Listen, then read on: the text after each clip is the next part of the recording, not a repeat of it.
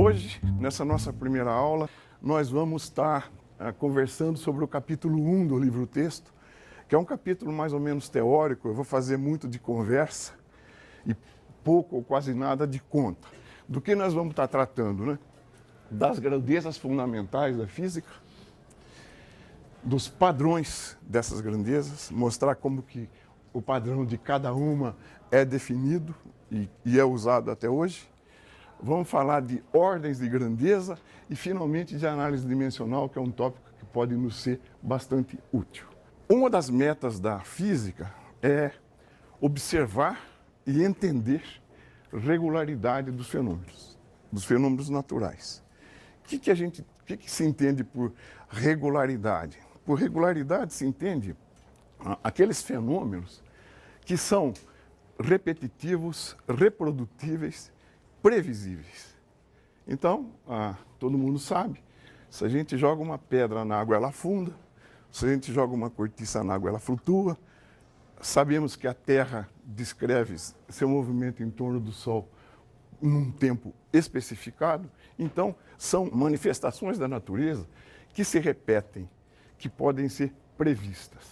Por trás de cada regularidade, existe sempre uma lei física. É uma lei física que previu ou que descreveu essas regularidades. Então, é interessante saber como é que os físicos, né, lidam preparando suas leis. Quem rege a elaboração ou a obtenção de uma lei física é uma coisa chamada método científico, que eu vou tentar dar uma pincelada aqui. O que é o método científico? Tudo começa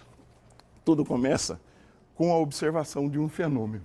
Por exemplo, eu jogo esse giz, ele cai. Essa observação motiva o investigador a fazer uma pergunta. Por exemplo, com que velocidade o giz atinge o chão? Essa é uma pergunta motivada pela observação que eu acabei de fazer. Então você vai e fala, para responder essa pergunta, eu tenho que saber informações de parâmetros importantes para a queda do giz. Será que nessa altura aqui, que parâmetro é importante para a queda do giz nessa altura? Aparentemente nenhum. Então você vem, aplica uma teoria ou hipótese que você conhece.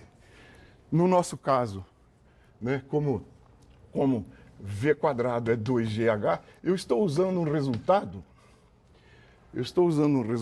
que ainda nós não conhecemos, mas eu acho que todo mundo lembra da famosa equação de Torricelli, escrita em uma dimensão só. Então você tira daqui que a velocidade com que esse giz atinge o chão é da ordem de 2GH. Se H for, digamos, 1 metro, isso aqui dá, se isso aqui for 1, isso aqui dá a raiz de 20 aproximadamente. A raiz de 20 é 4,45. Então, o giz atinge o chão com essa velocidade. Associado a essa velocidade, existe um tempo que eu posso medir.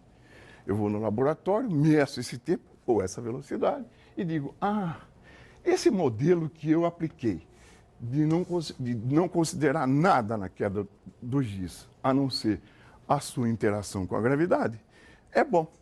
Se eu achar uma velocidade próxima dessa, né, no laboratório, eu falo, esse modelo que eu propus é legal. Então, isto acaba virando uma lei.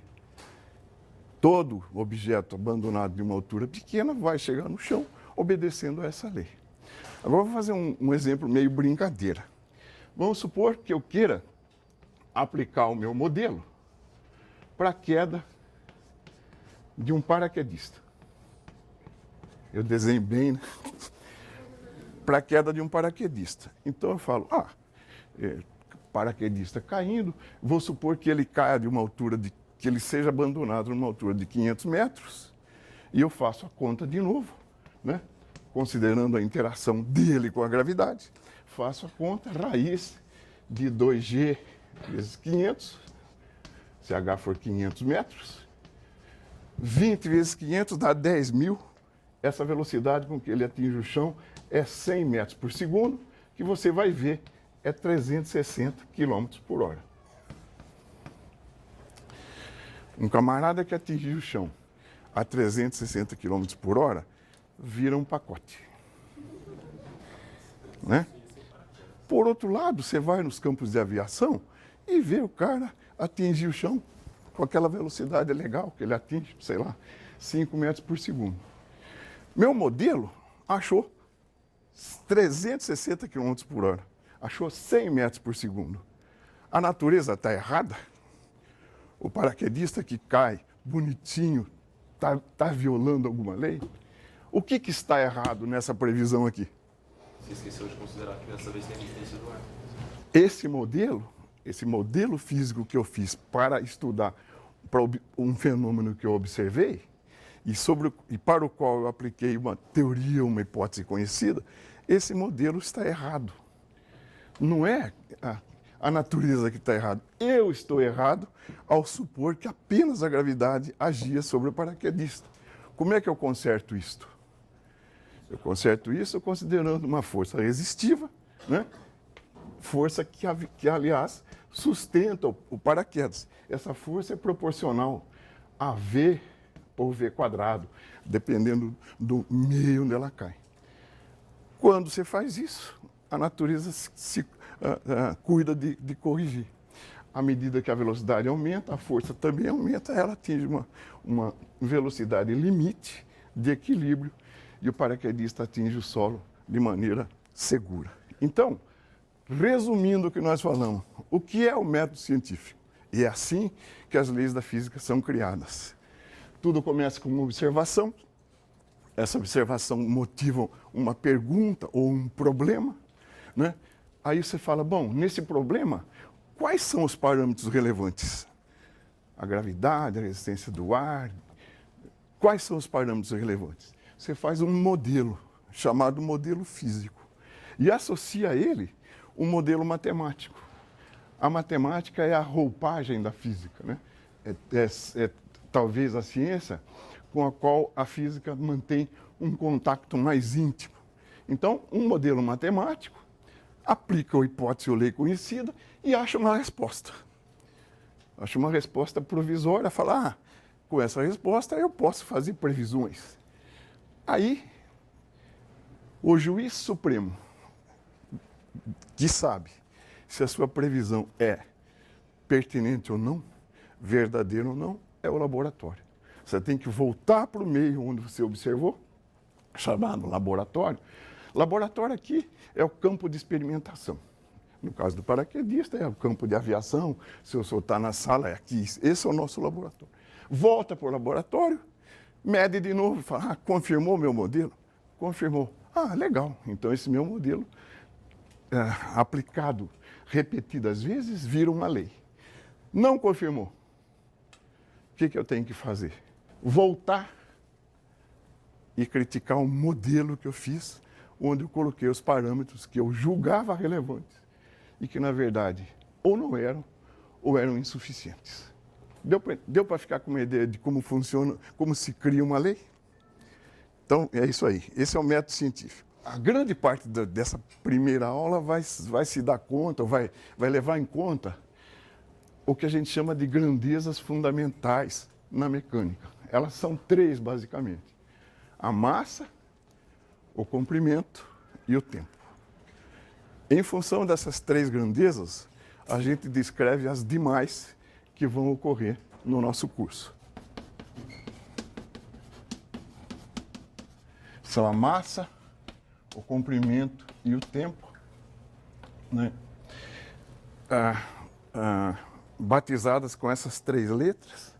A massa é medida em quilograma, o comprimento é medido em metro e o tempo é medido em segundos. Massa, comprimento e tempo. Essas não são as únicas unidades possíveis para essas grandezas, né? Nós temos quilograma, grama, libra, tonelada. Então, existe uma relação grande de outras grandezas, todas relacionadas com as que a gente tomou como fundamental. Aqui,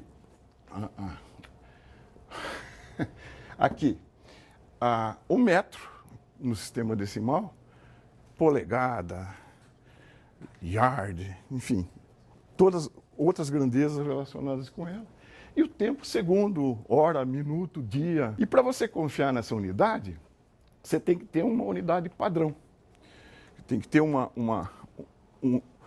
exemplar de metro, um exemplar de segundo e de quilograma imutável, constante, com o tempo e que o represente da melhor maneira. Então, no que segue agora, vou fazer um breve resumo.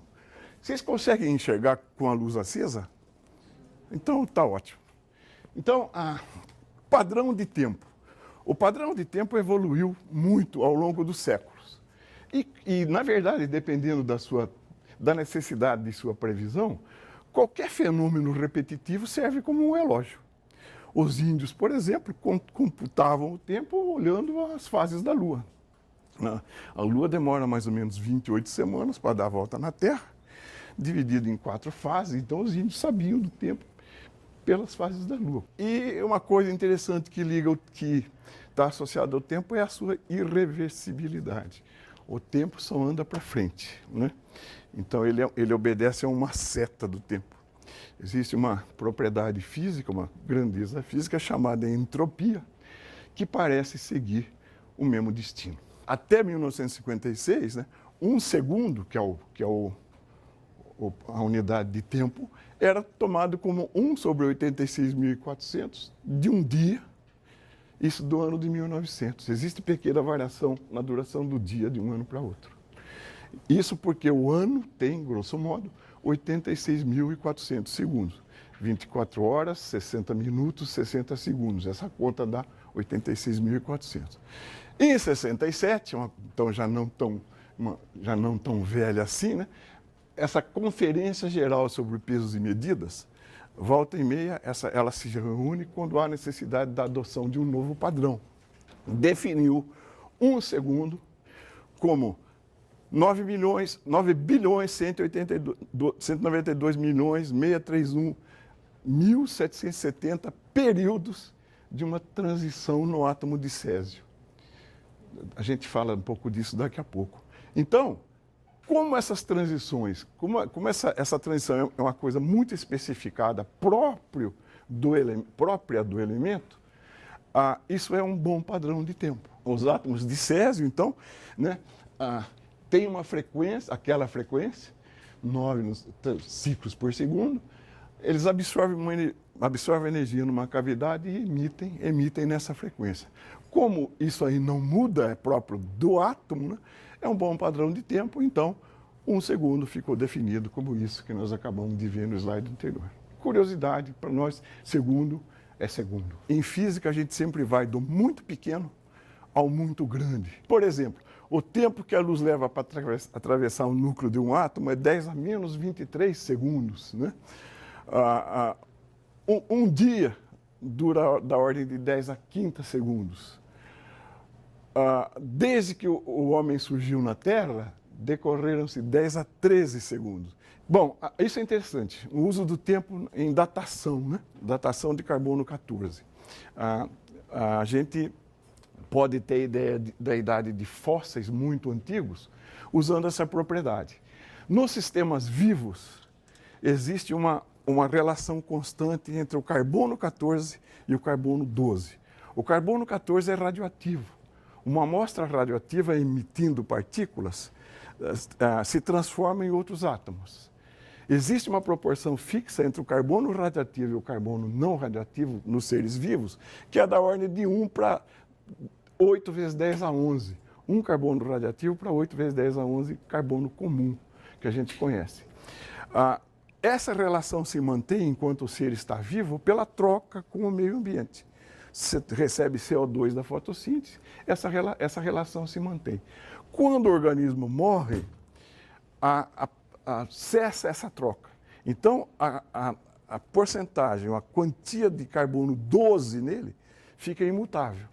Mas o carbono 14 começa a decair. Se você conhece a meia-vida do elemento, a meia-vida do carbono, o que é meia-vida? É o tempo que demora para uma amostra radioativa reduzir-se à metade do que ela era.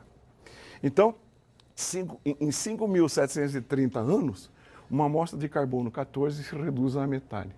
Conhecendo-se isso e medindo no fóssil a relação entre carbono 14 e carbono 12, você tem uma estimativa da idade daquele fóssil.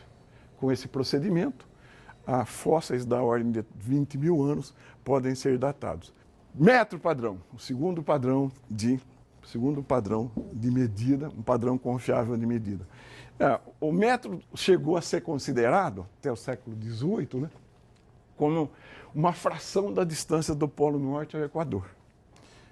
É claro que isso aí é uma medida muito grosseira, então novos padrões de metro foram sendo admitidos, até que em 1983 adotou-se como metro padrão a distância percorrida pela luz no vácuo em 1 sobre aproximadamente 3 vezes 10 a 8 metros por segundo.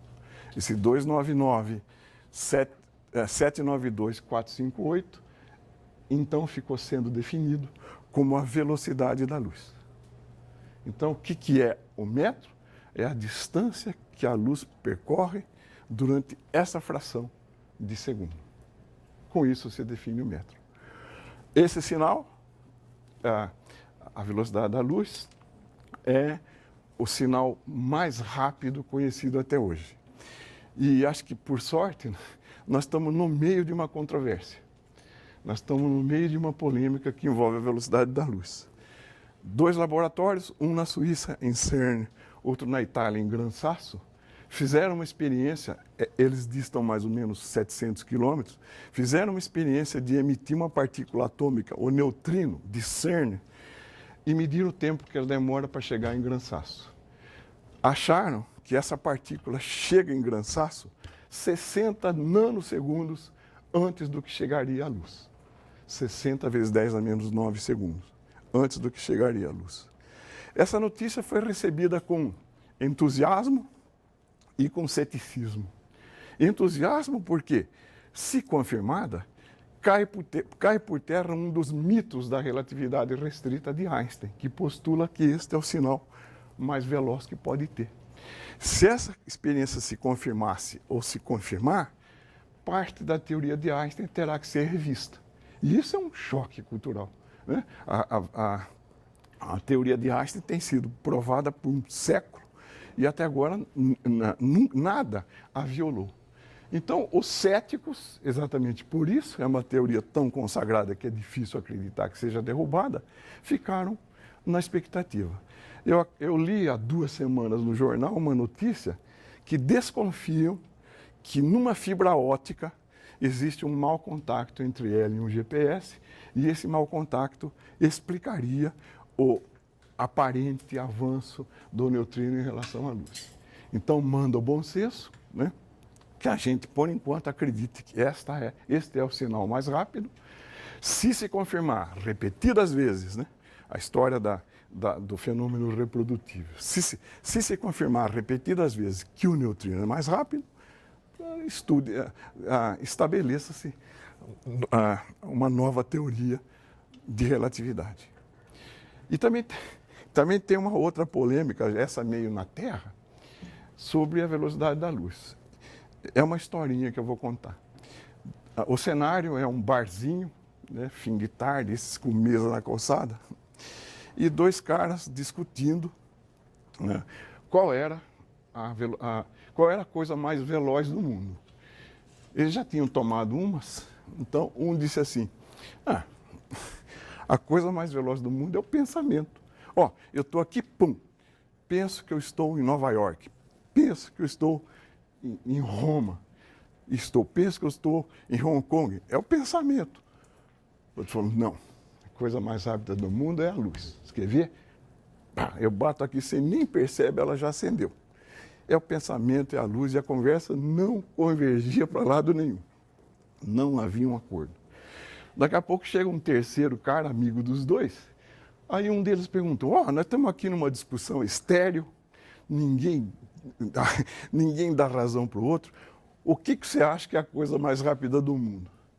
O cara respondeu, vocês 2 estão por fora.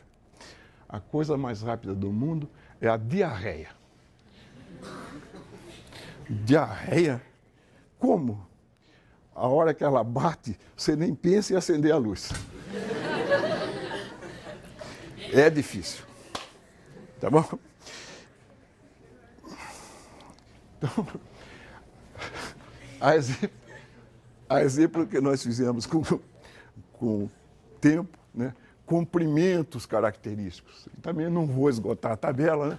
A dimensão de um átomo, do núcleo atômico é 10 a menos 15, a altura de um homem é 10, né? É 1. Homem de 1 metro, aí nós estamos falando em ordens de grandeza. A nossa ordem de grandeza é 1 metro. Né? Os maiores, se tanto, atingem 2 metros, 2,5 metros. Então, a ordem de grandeza da altura de um homem, 10. Ordem de grandeza da Via Láctea, 10 a 21. De novo, desde o muito pequeno até o muito grande, só para efeito de comparação. Finalmente, a terceira unidade padrão, chamado quilograma, esse é mais usual e é mais antigo, né? Desde 1889, o quilograma padrão é uma peça de uma mistura platina e irídio, mantida no Bureau Internacional de Pesos e Medidas, IWBN. Então, esse quilograma é reproduzido e mandado para as outras partes do mundo para servir como padrão. Tem um outro padrão de massa atômica, quando a gente mede massas de elementos atômicos ou subatômicos, que é a unidade de massa atômica. Ela usa como base o átomo de carbono 12, ao qual se associou 12 unidades de massa atômica. Um átomo de carbono 12 tem massa de 12 unidades de massa atômica. Se você fizer a conta para a massa do átomo de carbono, você vai achar que a unidade de massa atômica é, grosso modo, 1,66 vezes 10 a menos 27 quilogramas. Tá bom? E aqui, de novo, aquela tabelinha, só para a gente ter uma ideia da gama de variações. A massa de um elétron da ordem de 10 a menos 30. A massa de um homem da ordem de 100, tá? 10 ao quadrado. A massa da Via Láctea, 10 a 41. De novo, a gama de variação entre o pequeno e o grande. E aqui agora uma curiosidade, né? Ou a abordagem do que é a ordem de grandeza. Eu já falei sobre isso nas tabelas, mas é bom, vamos tornar isso mais claro. A ordem de grandeza de um número é a potência de 10, quando ele está escrito em notação científica. Por exemplo, se uma grandeza A, se você escreve como 2,3 vezes 10 a quarta alguma unidade, a ordem de grandeza de A é 4. 10 a 4 é o expoente que você associa a ele. E se uma grandeza B for 7,8 vezes 10 a quinta, né, a ordem de grandeza mais próxima é 6 e não 5, porque o número 7,8 está mais perto de 10 do que de 1. Então, ordem de grandeza é esse expoente que você associa a uma grandeza. Vamos fazer uma brincadeira aqui? Qual a distância aproximada que vocês acham que existe entre essa sala e o bandejão? Fazer avaliações é uma coisa importante em física, né? Para saber se a resposta que você acha é interessante ou não. Às vezes, num erro de conta, você calcula que a altura de um poste é 27 mil quilômetros. Né? Acontece isso, um erro de potência, na hora de dividir, esquece de trocar sinal. Então, isso é um absurdo. É bom a gente ter avaliação de ordem de grandeza. Eu não posso dizer para vocês que uma bola de futebol tem 1 metro e nem que ela tenha 10 centímetros. Né? Então, a avaliação de ordem de grandeza é uma coisa que persegue os físicos. Qual a ordem de grandeza que vocês acham que existe daqui na entrada do bandejão? A ordem de grandeza é 10 ao quadrado. Daqui ao bandejão, a gente pegou o Google e fez uma medida aproximada. Né? Uma escala. A distância aproximada dessa sala ao bandejão é da ordem de 350 metros, mais ou menos 10. Esse mais ou menos 10 é um número que deve necessariamente acompanhar qualquer medida em física. Qualquer medida em física que não venha associada a uma incerteza não tem valor. Então, esse mais ou menos 10 é o erro na precisão do instrumento com que eu fiz a medida. Isso você pode escrever como 3,5 mais ou menos 0,1 vezes 10 ao quadrado. Eu já aproveito o ensejo para falar sobre algarismos significativos, né? Eu acho que vocês vão ter uma ideia disso na física experimental, eu vou só pincelar, né? Esse número, por exemplo, é escrito com 2 algarismos significativos e na notação científica. Não teria sentido eu escrever que a distância daqui ao laboratório é 3,5214967, porque eu não tenho instrumento de medida com esta precisão para chegar a esse número. Então, é bom também tomar cuidado e não exagerar nesses algarismos, os algarismos significativos. E, em geral, o número de algarismos é o número compatível com a incerteza da sua medida. Eu preciso de um voluntário agora mesmo, eu vou medir essa régua, essa haste. Vou medir essa haste aqui na posição horizontal e na posição vertical. Não existe nenhum motivo para eu acreditar que esses 2 comprimentos sejam diferentes, não é? Não existe motivo para eu acreditar que o comprimento em pé e o comprimento deitado sejam diferentes. Eu preciso que alguém venha me ajudar, só segurar a trena embaixo aqui, por enquanto. Um voluntário. Então você prende essa trena lá embaixo no pé dela. Eu preciso dos meus óculos agora. Segura a mão, aguenta a mão aí. Então vai. Tá presa? Então eu vou medir essa régua.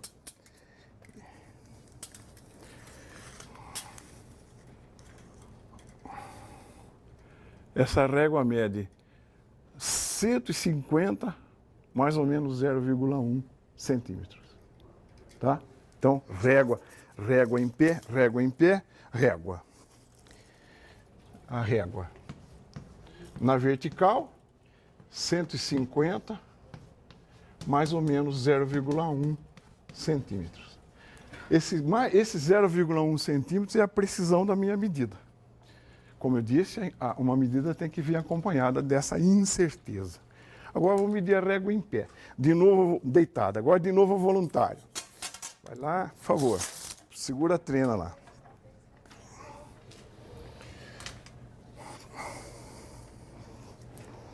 Põe lá e vamos medir a régua deitada. Olha, 150, mais ou menos 0,1 centímetro. Então a régua na horizontal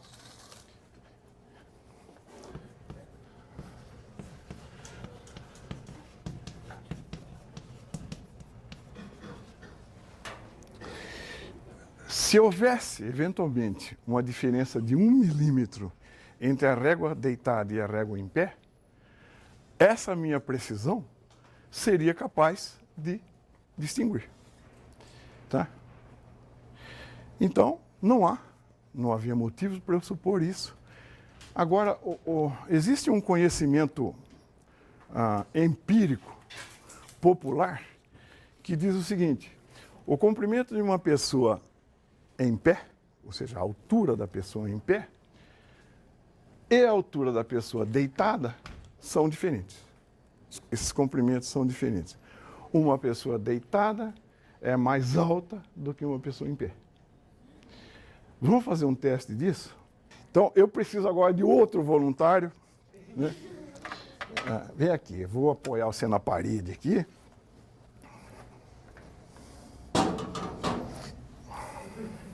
Encosta, não, de frente. Como é seu nome? Gabriel. Você está bem, né, Gabriel? Tá tranquilo? Então, ó, um outro voluntário aqui. Marcelo, você é a reguinha. Você pode? Tá segurando. Um outro voluntário para segurar a reguinha aqui. Deixa eu ver se está bem horizontal aqui.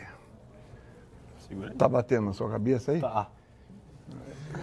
Então, agora, a régua. Rafael, você pisa na régua, tá bom? Pisa na régua. Tá um circo isso aqui, né? Pisa na régua. Posso olhar pra ele? Pode. Vai. Você não mascou a régua, né? Para ela... Não, pra você. Isso. Então, ela não está muito horizontal aqui.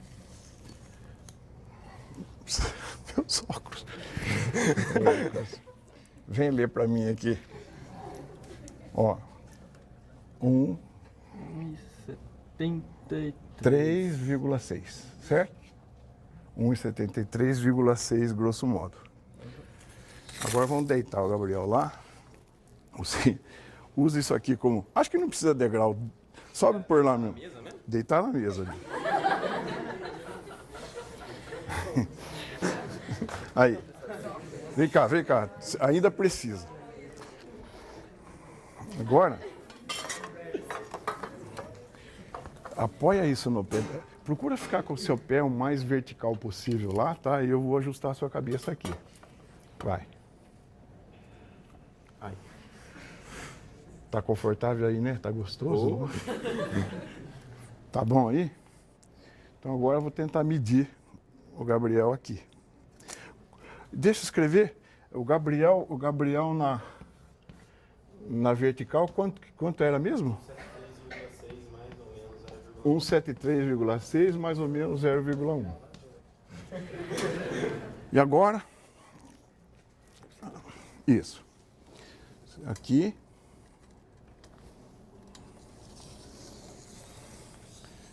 E aqui.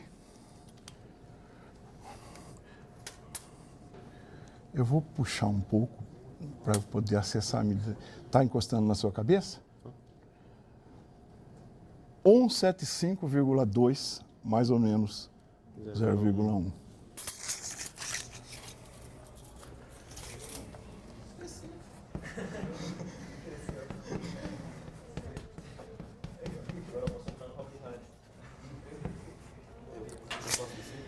Pode descer, obrigado. Você está vendo que talvez isso seja uma novidade para muitos, mas o mito popular se confirma. A razão para essa diferença é uma razão médica. Vocês conversem com um ortopedista que ele vai dizer. Né? A gente se comprime, as vértebras comprimem quando a pessoa está em pé. Mas a ideia da aula ou da medição não é esta. Com esta precisão, 0,1 um décimo de centímetro ou 1 milímetro, eu sou capaz de dizer que uma pessoa deitada é maior que uma pessoa em pé. Se o erro da minha régua, se a minha régua fosse uma régua grosseira com divisões de 5 centímetros, eu não poderia afirmar que essa diferença de altura. Isso para dizer que uma medida é sempre acompanhada de uma incerteza e que a incerteza é fundamental nas medições. Legal? Análise dimensional. A análise dimensional é uma ferramenta da qual os físicos lançam mão, que ajuda nas unidades de medida de grandezas físicas. Uma análise dimensional pode até chegar à solução de um problema sem necessariamente você aplicar uma equação para ele. E a importância dela é que ela só pode misturar grandezas de mesma natureza.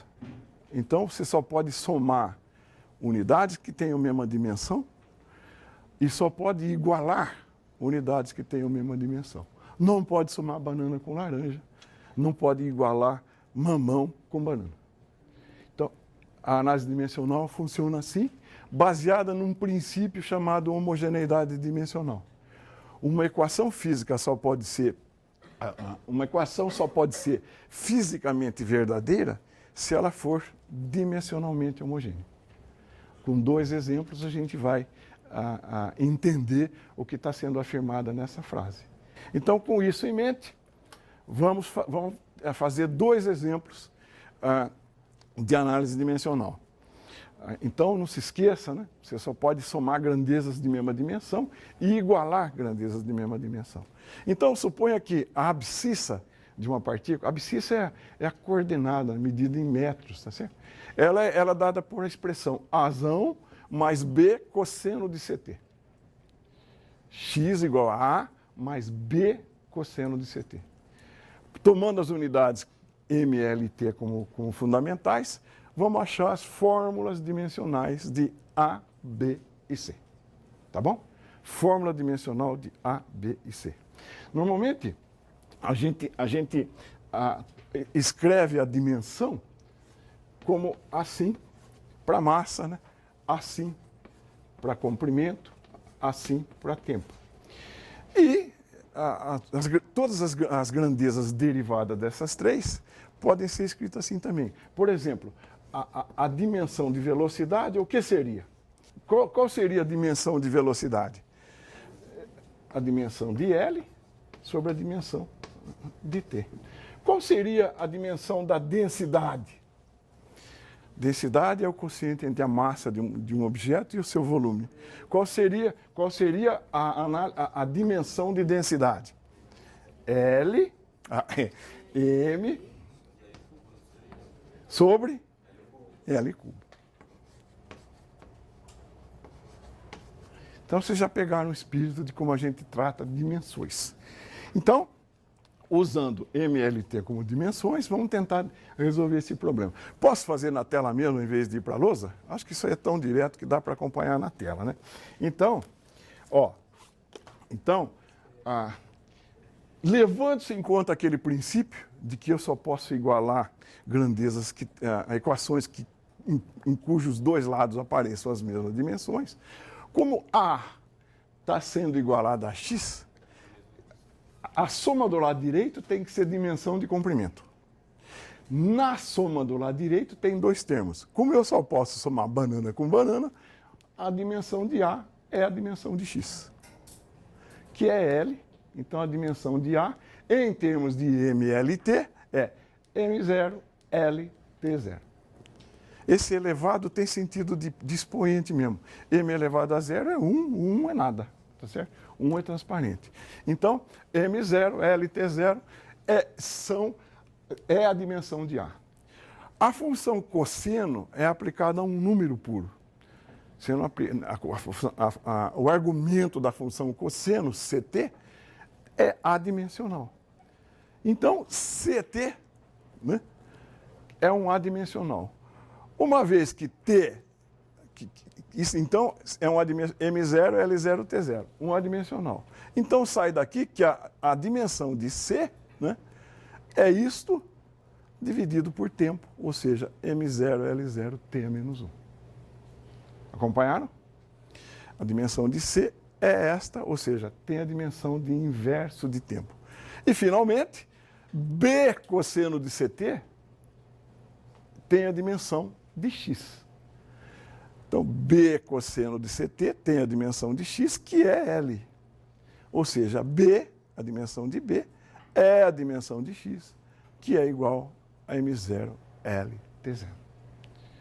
Tá bom? Um outro caso onde a análise dimensional é interessante é esse que segue agora. Eu me refiro a avaliar o tempo que um objeto abandonado da altura H, de uma altura H, demora para atingir o solo. E aí você faz algumas hipóteses. Do que será que é razoável que esse tempo dependa? Uma coisa é óbvia, lançar um objeto de 10 centímetros demora muito menos do que quando lançado de 2 metros.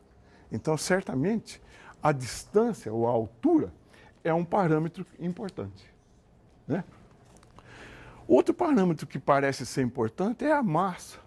Se você soltar uma bolona de chumbo assim, ou uma bolinha de ping-pong, parece que a bolona de chumbo vai chegar antes. Então, esse tempo de chegada é proporcional à massa do objeto que cai. E outra coisa bastante razoável também é supor que esse tempo dependa da aceleração local onde você está. Não sei se vocês se lembram de um homem quando chegou na Lua e dava aqueles pulos assim, demorava para voltar, porque a aceleração de ar era muito menor que a nossa. Então é razoável supor que esse tempo seja também proporcional à aceleração local. Vamos fazer a análise dimensional disso? Se eu postulo que meu tempo depende dessas coisas, e eu não sou obrigado a saber que coisas eu escolho, Você poderia pôr aí outros parâmetros que a análise dimensional ia confirmar ou desmentir. Vamos supor que com esses parâmetros, o que eu posso obter? Então, do lado esquerdo é tempo. Tudo que tem do lado direito também tem que ser. Então, T, né, o T, é M elevado a alfa, L elevado a beta, L sobre T2 é a dimensão de aceleração elevada a gama. Tá certo? Então, as dimensões M, L, L sobre T2 elevado a gama. Essa análise é M0, L0, T, tempo. Aqui, M elevado a alfa, L elevado a beta mais gama, certo? E T elevado a menos 2 gama. 1 sobre 2 gama, 1 sobre 2 elevado a gama é elevado a menos 2 gama, certo? Pela análise dimensional, elas têm que ter a mesma dimensão. Qual é o valor de alfa? Qual é o valor de beta mais gama? E qual o valor de menos 2 gama? 1. Então, querem repetir para mim? Alfa igual a 0, beta mais gama igual a 0 e menos 2 gama igual a 1. A solução desse sisteminha é alfa igual a 0, beta igual a meio e gama igual a menos meio. Portanto, o meu tempo é proporcional a m elevado a 0, né? H elevado a meio, né? E gama G elevado a G elevado a menos meio. Eu posso condensar essa expressão dizendo que o meu tempo é proporcional à raiz quadrada de H sobre G. Alguém estranha se eu chegasse aqui e escrevesse que a H é proporcional a GT quadrado? O que é isso? É a equação do deslocamento no movimento retilíneo uniformemente acelerado. Então, embora a análise dimensional não seja capaz de dizer qual é o meu coeficiente, esse meio ela não descobre, mas ela descobre a dependência funcional de H com G e com T quadrado. É legal isso, né? Você pode chegar a uma quase resposta só por análise dimensional. Tá bom? E a nossa primeira aula acabou.